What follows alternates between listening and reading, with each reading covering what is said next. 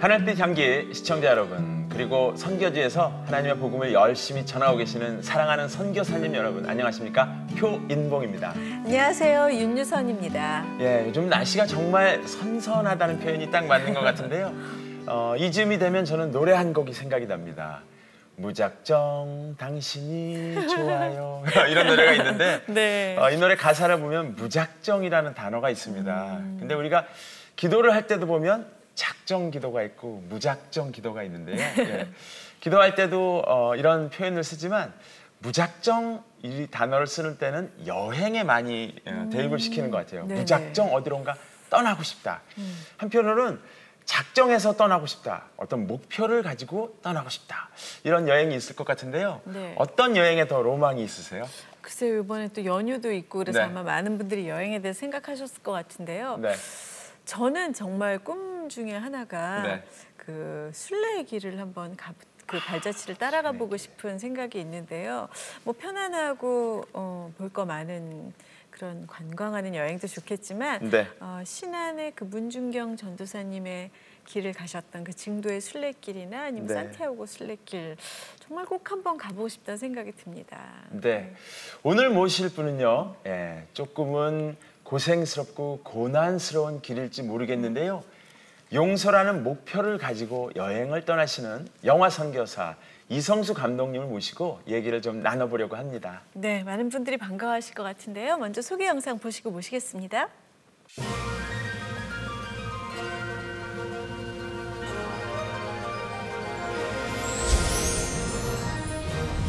대한민국 1호 영화 선교사로 뷰티풀 차일드를 연출한 이성수 감독.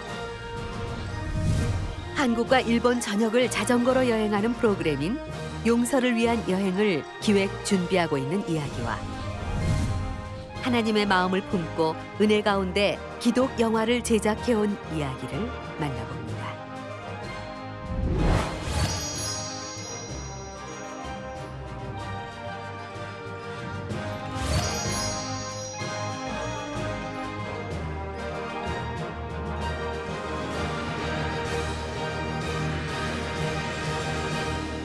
네, 네. 감독님 반갑습니다. 반갑습니다. 네, 안녕하세요. 지금 여행 중이시라 바쁘실 텐데 그 여정 중에 저희가 괜히 부른 건 아닌가요?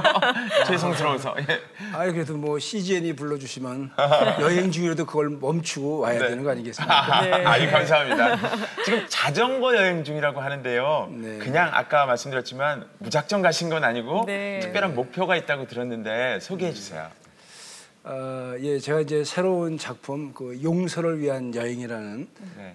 제목으로 한국과 일본 간에 이게 서로 용서가 없구나. 네. 네.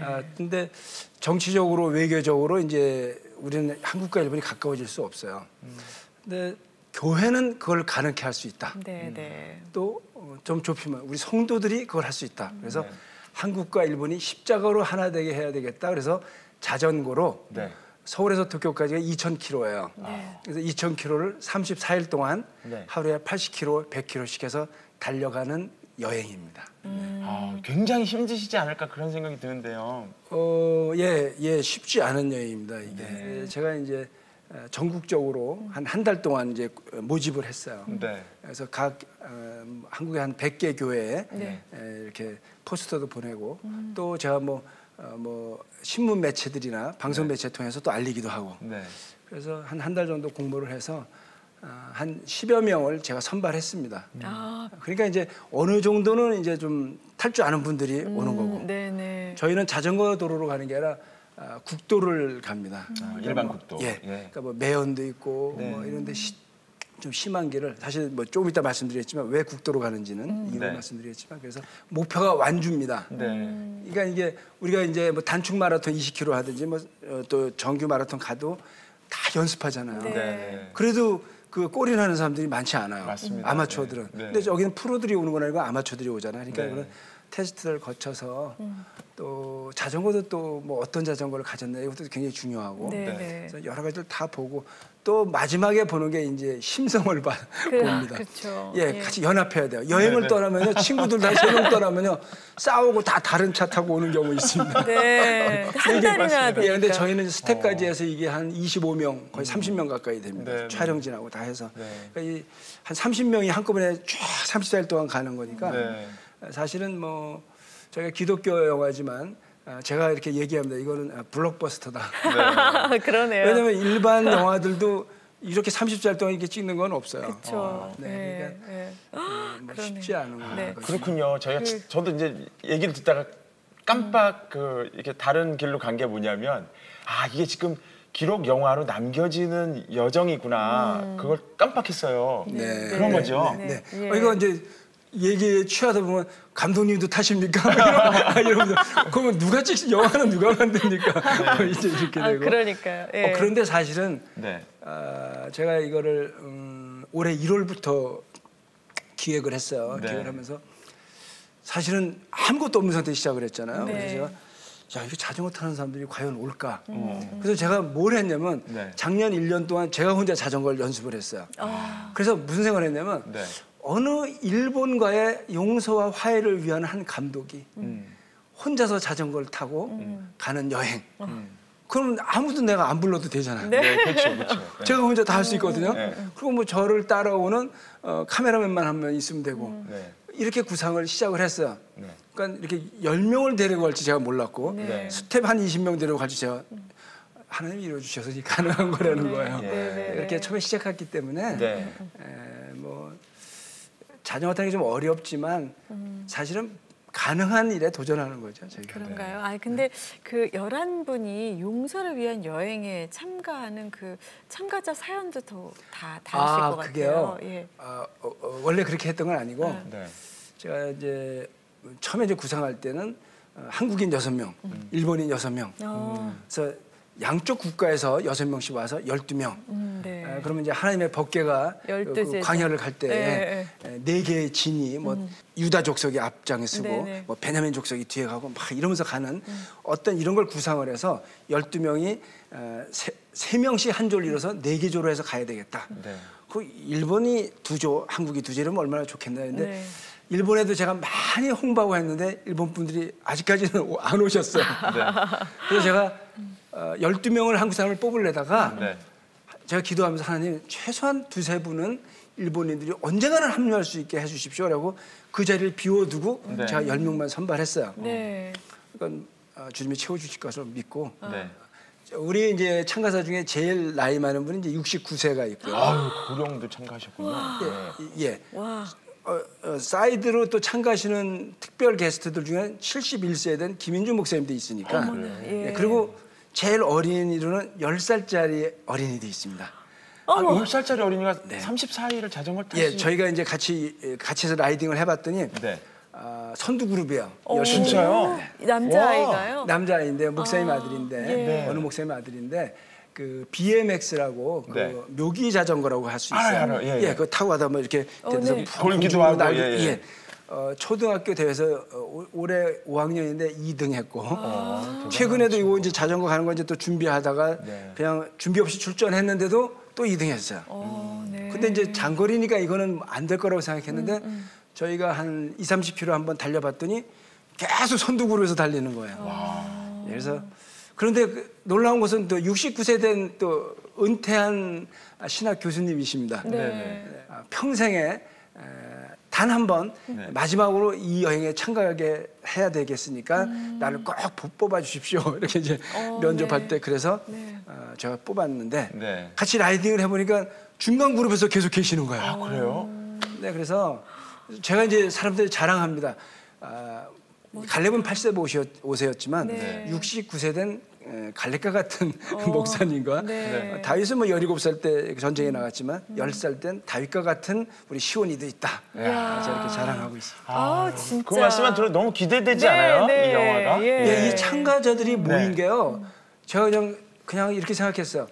야, 이건 크리스찬 영화지만 정말 공포의 외인구단처럼 맞습니다. 예. 제가 공모해놓고 누가 올지 모르잖아요. 네. 네. 한 달을 기도를 막 하는데 이 70대, 60대, 50대, 40대, 30대, 20대, 10대까지 다 있습니다. 세상에. 남녀가 다 있고 전국에서 모였어요. 네. 그래서 그리고 그 사연을 다 지금 말씀드릴 수 없지만 이 사연만 갖고 영화가 됩니다. 네. 그 정도. 너무 궁금하네요. 예, 말씀만 들어도. 영화 제목은 결정되어 있습니까? 용서라고? 예, 용서를 위한 여행. 용서를 위한 여행.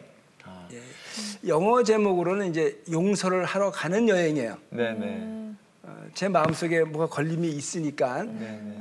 그렇게 했겠죠. 그래서 우리가 왜냐하면 일본 그러면 용서란 단어가 잘 대입이 안 돼요. 이 산수문제가 안 풀려요. 네. 예, 이게 뭐 우리 주변에 나를 괴롭게 한 사람 용서 이게 대입이 되는데 거기에 일본을 갖다 대면 이 방정식이 무너지는 거예요. 그러나 우리가 크리스찬이니까 용서해야 되지 않겠느냐. 네. 우리가 용서 못할 수 있지만 하기 힘들 수 있지만 여행의 끝에서는 용서가 가능해져야 되지 않을까라는 의미에서 제가 용서를 위한 여행이라고 제목을 졌습니다. 아까 서두에서 나중에 말씀드리겠지만 그 국도를 선택한 이유에 대해서 인도희 씨한테 궁금합니다. 네, 의미가 있나요? 특별한? 네, 그게 왜 그랬냐면 1876년에 이제 강화도를 통해서 일본이 우리를 이제 개항시켜요, 조선을. 네. 그러고 나서 우리나라 철도가 제일 먼저 생긴 게 경인선입니다. 경인선, 네. 인천에서 용산역으로 들어오는 거예요. 네. 그리고 이제 우리나라의 철도를 세우는데 그게 용산에서부터 부산까지 세워요. 네. 근데 요거 철도 건설하기 이전에 일본이 무슨 일을 하냐면 메이지 유신 이후에 네. 도쿄에서 오사카까지 도카이도선을 먼저 놔요. 네. 그리고 오사카에서 시모노세키까지 산여선을 놓습니다. 네. 그리고 이제 원래 100길은 열려 있었어요. 네. 시모노세키하고 부산하고. 그리고 경부선을 연결시킨 거예요. 네. 그리고 이제 경부선을 연결시킨 다음에 또 철도를 어디까지 놓냐면 평양, 네. 신의주 또 해서 하얼빈까지 쭉 올라가는 대륙으로 올라가는 거죠. 예. 네. 이렇게 지은 이유가 있어요. 그게 이제 소위 그 메이지 유신을 일으킨 일본의 개혁파들이 전쟁을 아시아를 정복하기 위해서 예. 이걸 만듭니다. 근데 그 제일 중요한 곳이 서울에서 도쿄까지예요. 그리고 1944년에 2차 대전이 한참 무르익었을 때는 일본이 도쿄에서 서울로 천도를 계획합니다. 도시를 수도를 옮기려고 그래요.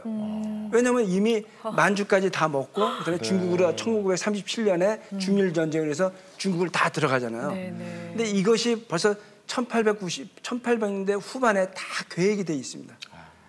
그런데 이 길이 뭐냐면 이 철도길이 사실은 전쟁 물자를 나르고 군대들을 나르는 전쟁의 길입니다. 죽음의 길입니다. 네, 죽음의 이게 길. 사망의 길입니다. 그러니까 사실은 저주의 길로 변한 거예요. 네. 그래서 제가 깊은 묵상을 하다가 그러면 저는 이제 제가 선교사로 살아봤기 때문에 선교사가 우리가 어느 땅에 가서 무엇을 하는 것이 중요한 아니라 그 땅에 가서 거민으로 살아가는 거야.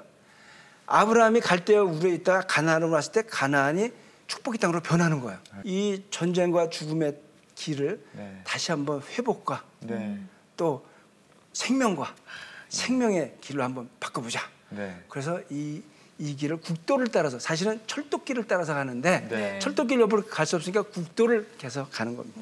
네, 취지도 너무 좋고요. 또 뚜렷한 목표와 죽음과 사망의 길이 회복과 용서의 길로 바뀐다는 이게 영화에 담길 생각을 하니까 가슴이 저릿저릿합니다, 진짜. 아니, 처음에는 이제 일본 선교 영화에 갑자기 제가 하나님이 일본을 막 보내시기 시작했어요. 왜냐하면 제가 뷰티풀 차일드를 만들고 한 300교회 집회를 했어요, 제가. 그리고 마지막에는 제가 백인 교회들에 가서도 이제 이걸 집회를 하기 시작했어요. 그래서 그거는 우리 한국 교회만이 아니라 사실은 각 교회 열방의 교회에 용서라는 이제 메시지를 던지는 영화니까 백인들도 막 울면서 저를 막 껴안아주고 막 이랬어요. 우리가 이런 원주민 선교 영화를 만들지 않으니까 하나님께서 태평양 건너에 아시아인을 데려다 이런 영화를 만들어서 우리를 화해시키고 있다.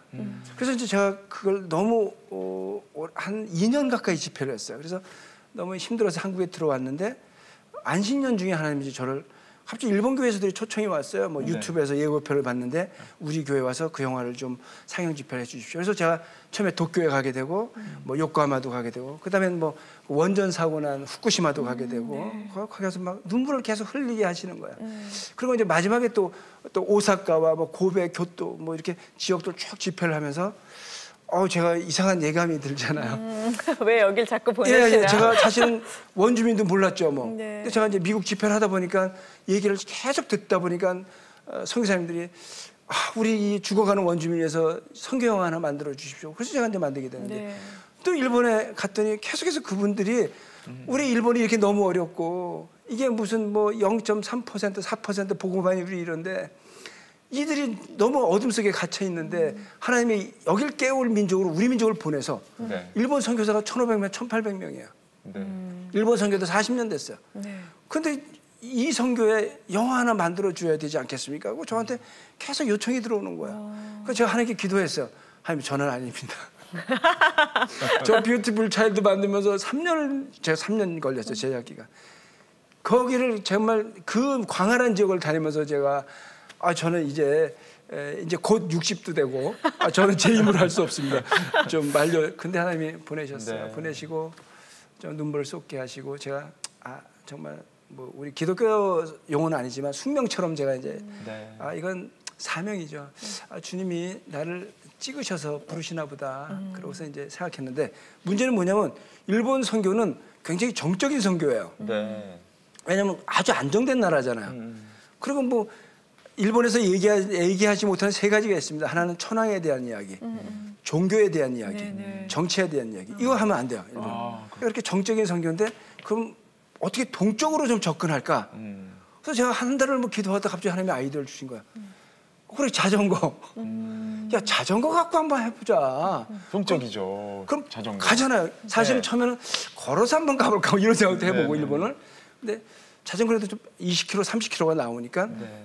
만약에 걸어서 가면 그 언제 어느 세월에 가야 될지 그렇죠. 모르지만 예. 자전거는 야 이거 한 달 만이면 갈 수 있겠다 싶어서 이제 자전거 여행을 계획했습니다. 이제 한 가지 여쭤보고 싶은 게 또 뭐냐면 저도 3, 4년 전쯤 일본에 가서 이제 주일을 맞이해서 여행 중에 그래갖고 이제 주일이니까 예배를 드려야지 그런데 주변에 교회가 어디 있는지를 모르겠는 거예요. 이제 한국 생각을 해서 그래도 이렇게 하면 십자가 있겠지 근데 안 보이는 거예요.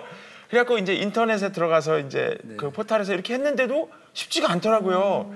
근데 이 여정 중에 일본 분들이랑 연합해서 예배를 드리는 그런 스케줄들이 다 이렇게 좀 짜여져 있나요? 네, 예. 그 예배 말씀 전에 네. 제가 이제 하나 또 저희는 이제 34일 동안 가니까 네. 34일 동안 제일 기본적인 걸 해야 되잖아요. 네. 먹고 자고. 자고. 예. 그렇죠. 네. 예, 근데 우리가 뭐 호텔에서 잘 수도 없고 어디서 뭐 사서 먹을 수도 없잖아요. 그래서 지금 저희가 가는 34일 동안 네. 27개 교회가 저희를 먹여주고 재워줍니다. 그 쉽게 해서 스케줄링이 되어 있는 건가요? 그거를 제가 한 3주에 걸쳐서 일본은 2주 가서 제가 다 일본길을 방문해서 다 컨택을 했어요. 그리고 그분들에게 용서가 무엇인지를 얘기하기 시작했어요. 그러니까 그분들이 저희들을 그럼 우리 교회에서 하루 섬겨주겠다. 식사도만 해주십시오. 고민하다 그럼 우리가 식사도 한번 섬겨주겠다. 그래서 제가 교회들을 다 연결시켰어요. 그래서 지금 서울에서 도쿄까지 27개를 전체를 연결시켰습니다. 그 일본에서만 19교회인데 일본 목사님들이 하는 교회가 19개고요. 11개고요. 한국 선교사님들이 하는 교회가 8개 교회예요. 그러니까 일본인들이 더 많네요. 예, 차량도 마찬가지고 렌트를 한다든가 이런 게 하나도 없습니다. 다 교회들이 요청을 합니다. 그래서 일본에 가는 구간에는 오사카에서는 차 2대를 시모노세키까지 보내줘요, 저희들을. 그래서 한국 교회 하나, 일본 교회 하나가 차들을 이제 도네이션을 했고요. 또 도쿄에서는 오사카에서 도쿄 가는 구간은 일본 목사님들이 좀 일본 교회가 좀 해줘야 되지 않겠냐 했더니 그분들이 막 나서서 해가지고 또 차량 10인승 또 미니밴 하나를 또 오사카로 보내줘요. 이렇게 막 한국과 일본의 연합이 막 지금 일어나는 거예요. 네. 그래서 이제 제가 맨 처음에 이제 목사님들 콜링하기 시작했어요. 그래서 제가 무슨 생각을 했냐면 예배를 이제 해야 되니까 그래서 제암리 교회라고 있습니다. 이게 3.1 운동 때 아픔을 갖고 있는 교회죠. 조선인 20 몇 명이 그 교회 안에 갇혀서 불질러서 순교한 교회입니다. 근데 뭐 과거를 우리가 또 용서하고 넘어가야 되니까 여기에서 한국에서는 여기서 이제 예배를 합니다. 그래서 일본 목사님들이 오야마 레이지 목사님이라고 1969년부터 아시아 교회에 대한 사과 운동을 일으키신 목사님이 계신데 그리고 제한리 교회를 증축할 때 일본에서 헌금을 1억 원을 가지고 와서 일본 교회 헌금을 그래서 그 교회를 처음에 건축할 수 있는 헌금을 대신 분이. 근데 이분이 지금 연세가 90세입니다. 네네. 그리고 일본에서 굉장히 존경받는 목사님인데 그 목사님이 또 와서 메시지를 전하고 일본 목사님들이 20명이 비행기를 타고 오십니다. 그 예배를 위해서. 지금 이 영화 하나에 예배 하나에 지금 일본과 한국의 대연합이 지금 막 일어나고 있어요. 예, 그리고 이제 저희가 또 계획한 게 뭐냐면 10월 6일 날 오사카에서 거긴 제일 한국인들이 제일 많이 살아요. 그렇죠. 그리고 그거는 역사적으로 보면 사실은 백제인들이 건설한 도시라고도 할 수 있거든요. 안산 동산교회 그 은퇴하신 목사님 김인중 목사님이 또 히로시마에서 오사카까지 일주일 동안 자전거를 같이 타십니다. 그리고 거기서 또 메시지를 전해요. 예. 그리고 또 후지에서부터 도쿄까지 또 가는 그 구간은 울산교회 정군도 목사님이 또 라이딩을 같이 하시면서 도쿄까지 가서 거기서 또 말씀을 전합니다. 이러면서 한국 목사님, 일본 목사님 같이 메시지를 전하면서 큰 이 세 번의 예배가 벌어지는 거예요. 네. 저는 그래서 이 제목을 뭐라고 붙였냐면 리바이벌 2, 3, 4 제가 이렇게 붙였어요. 그러니까 2,000km를 34일 동안 가는 동안에 자연스럽게 한국교회 부흥이 일본교회 부흥이 일어난다. 네. 어쨌든 지금 굉장히 감독님께서 이렇게 말씀하시면서도 굉장히 신이 나셨어요. 네. 예, 하나님 역사하심이 실제로 이제 증거되고 막 이렇게 흘러가니까 그럼에도 불구하고 주변에 비난도 있을 수 있고 또 사회적 환경이나 이런 게 사실 독도 문제나 위안부 문제 같은 게 지금 흘러가는 중이어서 예, 힘드신 점도 굉장히 많으시죠. 제가 이 영화를 시작할 때 정말 한 달 동안 하나님 저 일본 보내시면 안 됩니다. 이렇게 기도했던 이유들이 있습니다. 왜요? 저도 뭐 합리적인 사람이고 상식적인 사람인데 이 일이 뭐 사람들이 뭐 웰컴 잘해 뭐 박수 쳐주고 이럴 거라고 정말 10%도 생각하지 않았습니다. 그렇죠. 예. 그런데 제가 이렇게 만나보다 보니까 이제 그런 거예요. 이제 어떤 부분에 이런 부분이 있습니다. 한국의 이제 진보적인 목사님들은 저한테 이렇게 합니다. 일본의 그 피해자들이 아직도 생존하는 있는 이럴 때에 누가 이 감독에게 용서에 대한 그 대리권을 주었다고 용서를 얘기할 수 있느냐? 사실은 그럴 수 없는 거죠. 이 땅의 생각을 가지고 보면 그렇죠. 저희들 민족적인 감정이 있지 않습니까? 저도 마찬가지인 거죠. 그런데 또 반대로 생각해 보면 일본 사람들 입장에서 보면 그들도 교육시키지 않고 그러다 보면 그들은 또 그들대로 생각을 가질 수 있는 거예요.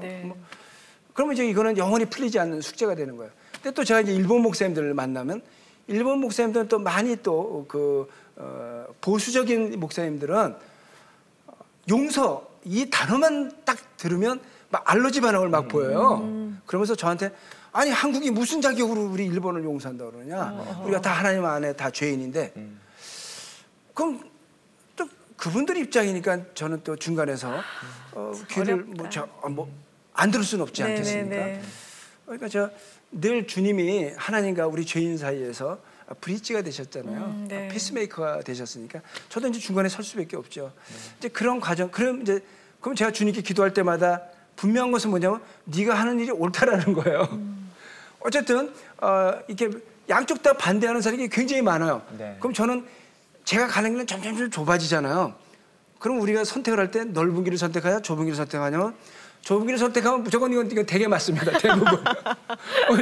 그 옳다는 믿음을 가지고 이제 지나가다 보면 하나님이 열어주시는 어떤 지경들이 있습니다. 저는 이 양쪽에 이제 이렇게 그 잼이 되다 보니까 가운데서 본질을 찾게 되는 거예요. 이제 그러다 보니까 용서란 단어에 대해서 제가 점점 더 천착할 수밖에 없었고 하나님, 제가 용서란 단어를 가지고 영화를 만드는데 이 용서의 개념을 저에게 정확히 주셔야만 제가 이걸 붙들고 가지 않겠습니까? 주님이 생각하신 용서가 무엇입니까? 라고 제가 주님께 정말 많이 나아갔어요. 그때 주님이 저에게 주신 마음이 있습니다. 그게 뭐냐면 근대사잖아요. 불과 70년 전에 우리가 식민지가 됐었고 또 지금도 또 우리는 많이 억울한 경우 당한다고 또 우리 민족에서 볼 수 있고 또 이게 한일 관계가 앞으로 나아질 것 같지 않아요. 점점 더 나빠집니다. 우리가 뭐 소녀상 하나 뭐 세우면 부산에서 뭐 대사를 막 소환해가고 안 보내고 뭐 양쪽 다 뭐 지키니 안 지키니 뭐 이러고 뭐 계속 싸우는 거야. 그러니까 한국은 한국 신문대로 언론대로지만 일본은 또 일본 언론대로 그러는 거고. 그러니까요. 뭐 자국의 입장과 이익을 생각하면 뭐 우리가 풀 수 없는 문제죠. 그런데 주님이 저에게 주신 또 하나의 마음은 뭐였냐면 누가복음 23절 34절 말씀입니다. 주님이 십자가에서 달려지면서 뭐라고 그러냐면 저들이 하는 짓을 모르기 때문에 아버지 저들을 용서하여 주십시오라고 하는 거예요.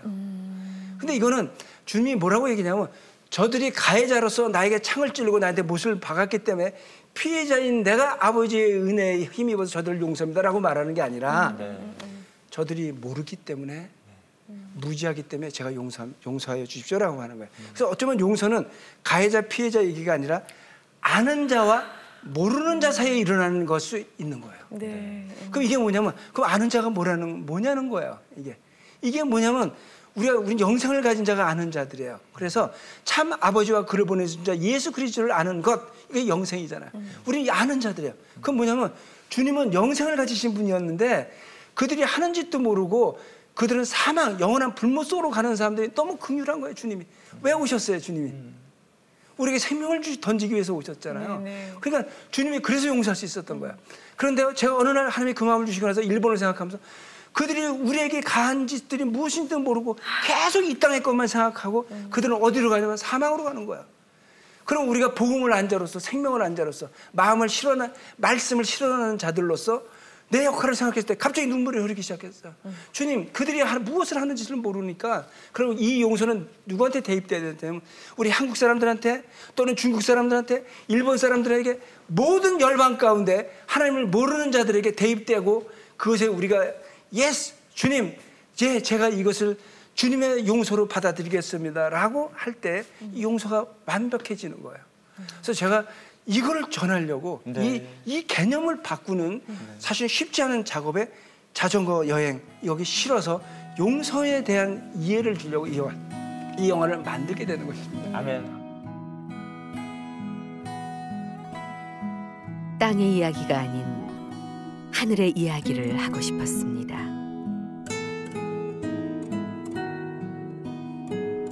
용서라는 관문을 통과해야 진정한 평화의 길이 열린다는 것.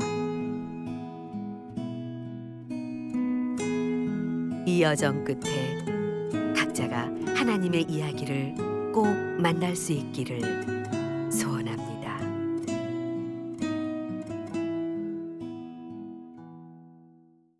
저도 오늘 정말 귀한 말씀을 이 자리에서 들은 것 같고요. 어쨌든 감독님이 이제 용서라는 또 회복이라는 그것을 붙잡고 가시는데 감독님 인생의 삶 속에서도 그런 용서와 관련된 특별한 시간들을 아마 거쳐오셔서 하나님께서 그런 단어를 붙잡게 하셨을 것 같다는 생각이 듭니다. 어떠신지요? 좀 저희 아버지 세대 때는 이런 말씀을 드려도 될지 모르겠어요. 뭐 한 100년 전이라고 한번 생각해 보십시오. 양반 제도가 있을 때, 그렇죠. 유교적인 바탕에서, 한 아버지가 한 남편이 뭐 2-3명의 부인을 둘 수 있잖아요. 그럼요. 그런 부분이 저희 가정사에 있어요. 좀 일반화돼 있고 관습적인 그런 그런데 이제 있었죠. 저희는 뭐 저희 어머니 쪽으로는 아주 4대째 믿음이 좋은 집안이었지만 아버님은 이제 어머니 때문에 이제 교회에 오시고 또 장로님이 되셨지만 어떤 그런 아픔들을 좀 갖고 있었어요. 제가 사춘기가 되고 나니까 장로님이신 아버지가 참 용서가 잘 안 되는 거예요. 제가. 그래서 저희 형님은 일찍 이제 목사의 길로 갔고 저는 이제 충무로로 가서 이제 영화 감독이 됐어요.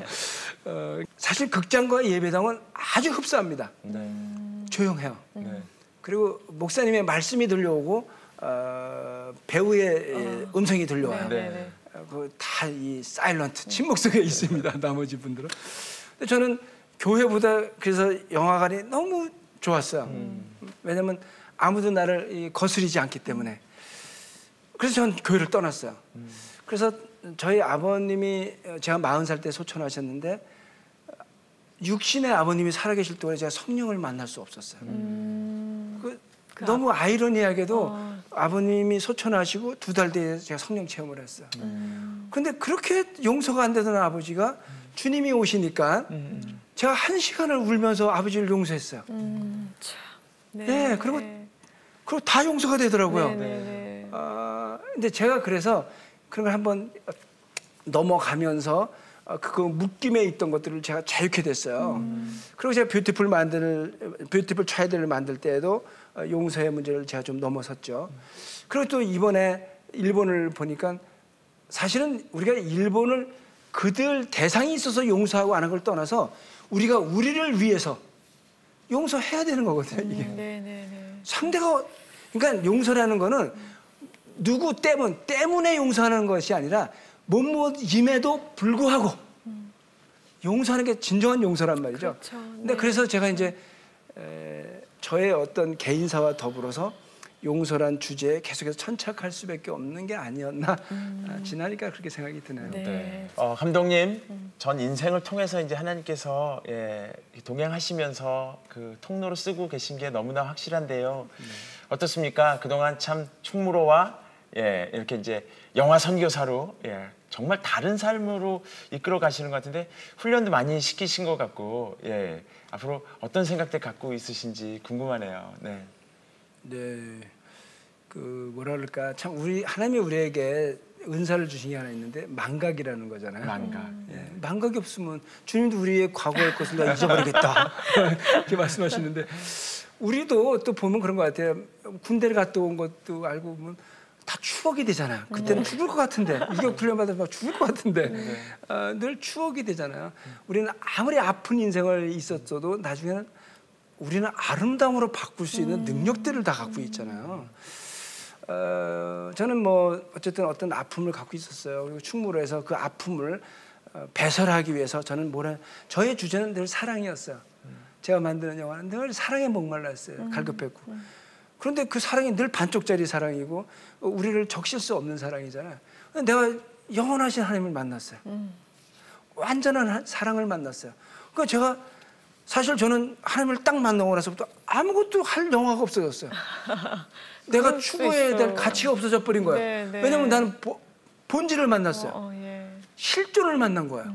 그러니까 제가 우리는 허구잖아요. 영화는 그야말로 픽션이잖아요. 네. 근데 저는 난픽션을 만나버린 거예요. 그러니까 제가 선교사가 될 수 있었어요. 다 배설물로 여기고 제가 주님만. 그래서 저는 주님이 저를 말씀으로 건져주셨고 성령으로 함께 해주셔서 저를 성전 삼아 주셨잖아요.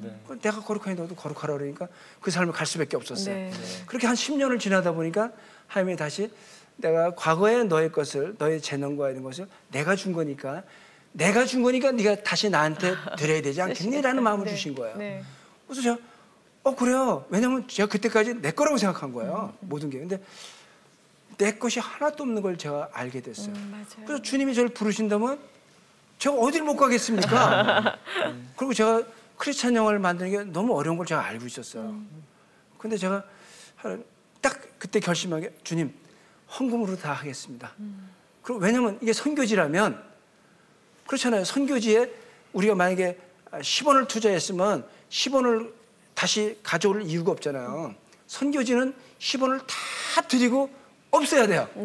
선교지에 다 투자하고 우리는 손 털고 나와야 되는 거야. 이게 원리잖아요. 네, 맞습니다. 그래서 저는 그렇게 시작했고, 그러니까 제가 영화 선교사가 되고 나서 그러니까 제가 떳떳하게 저는 대한민국 제1호 영화 선교사입니다. 이렇게 얘기할 수 있는 근거가 됐고, 제가 가는 길이 때로는 되게 힘들죠. 네, 오늘은 제가 조금 업돼 있습니다. 그러나 우리가 굉장히 다운될 때가 있잖아요. 근데 그럼에도 불구하고 우리가 다시 일어설 수 있는 거는 주님밖에 소망이 없잖아요. 맞아요. 그러니까 제가 영화 선교사가 돼서는 오히려 과거보다 덜 화려하고 덜 유명할지라도 내가 주님을 아니까 그것 때문에 갈 수 있으니까 늘 고난을 넘어서 기쁨으로 갈 수 있는 거죠. 그래서 저는 옛날엔 걷는 자였지만 달려가는 자죠 뭐. 그러네요. 아, 네. 정말 이게 말씀을 들으면서도 저희도 설레고요. 예, 기대가 되고. 어쨌든 오늘 두 명의 응원단은 얻으신 겁니다. 네, 예. 밖에 나가서 쓰셔야 됩니다. 알겠습니다. 응원하겠습니다. 사인하시고. 네, 예. 기도 제목 마지막으로 좀 알려주시고요. 저희가 기도하겠습니다. 네. 바울이 우리에게 너희는 그리스도의 향기요, 그리스도의 편지라고 얘기했는데 그 두 가지 제목이 있습니다. 저희는 저희 팀이 정말 그리스도의 편지가 되기를 원하고 무엇보다도 말씀을 실어 나르는 팀이 됐으면 좋겠어요. 네. 또 하나는 저의 팀의 이름을 위트네스, 증인이라고 저희가 쳤어요. 네. 하나님이 하시는 일을 우리가 증거하는 자한테 보는 자요. 또한 입술로 선포하는 자. 이런 증인의 삶을 우리가 살아야 되지 않겠느냐. 그래서 저희가 우리의 마음을 비워서 그곳에 들어갔을 때 정말 하나님이 우리에게 용서의 마음을 먼저 부어주셔서 먼저 하나님께 우리가 용서받는 우리들이 됐으면 좋겠어요. 내가 하나님께 용서받지 않고 누구를 용서할 수 있겠습니까? 정말 우리가 하나님께 온전히 용서받는다면 이 세상에 용서 못할 게 없거든요. 그래서 다른 거 다 떠나서 우리가 그런 정말 선한 마음밭이 됐으면 좋겠어요.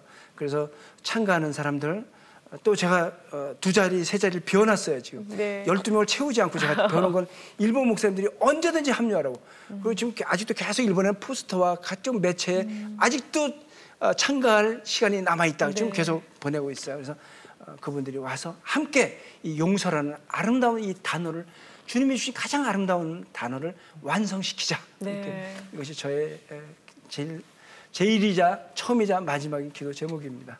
네. 아, 진짜 하나님의 타이밍에 어떤 분이 오셔서 2자리를 채워주실지 기대가 됩니다. 영화가 만들어졌을 때 네, 네. 쭉 가다가 일본 목사님이 탁 들어온다면 관객들이 박수 치지 않겠어요? 네, 예, 그러겠습니다.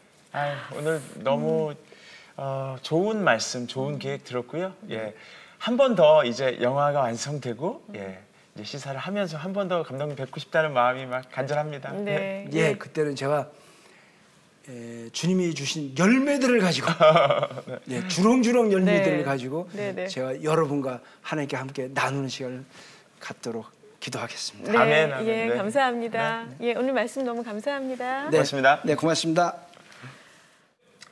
네, 자전거가 달리는 그 길 위에 걸음걸음마다 예, 하나님의 은총과 동행이 함께하기를 기대해 보는데요. 오늘 감독님 하신 말씀 중에서 이런 말이 기억이 납니다. 피해를 받은 사람이 가해한 사람을 그 억울함을 용서하는 것이 진정한 용서가 아니라 하나님을 아는 자들이 하나님을 모르는 자를 그리고 앞으로 알게 될 자를 위해서 기도하고 긍휼한 마음을 가지는 것이 용서다라는 말에 동감하고요. 네, 함께 기도하도록 하겠습니다. 네, 진짜 용서에 대해서 다시 한번 생각해 보게 되는 것 같아요. 다른 사람의 용서는 참 쉽게 느껴지는데 가까운 사람일수록 참 용서하기가 어렵다는 생각이 드는데요. 정말 하나님의 사랑의 마음이죠. 용서. 이 영화를 통해서 얼마나 또 큰 열매를 맺을지 기대가 됩니다. 네, 오늘 함께해 주신 여러분 고맙습니다. 다음 시간에 뵙겠습니다. 감사합니다. 이 프로그램은 시청자 여러분의 소중한 후원으로 제작됩니다.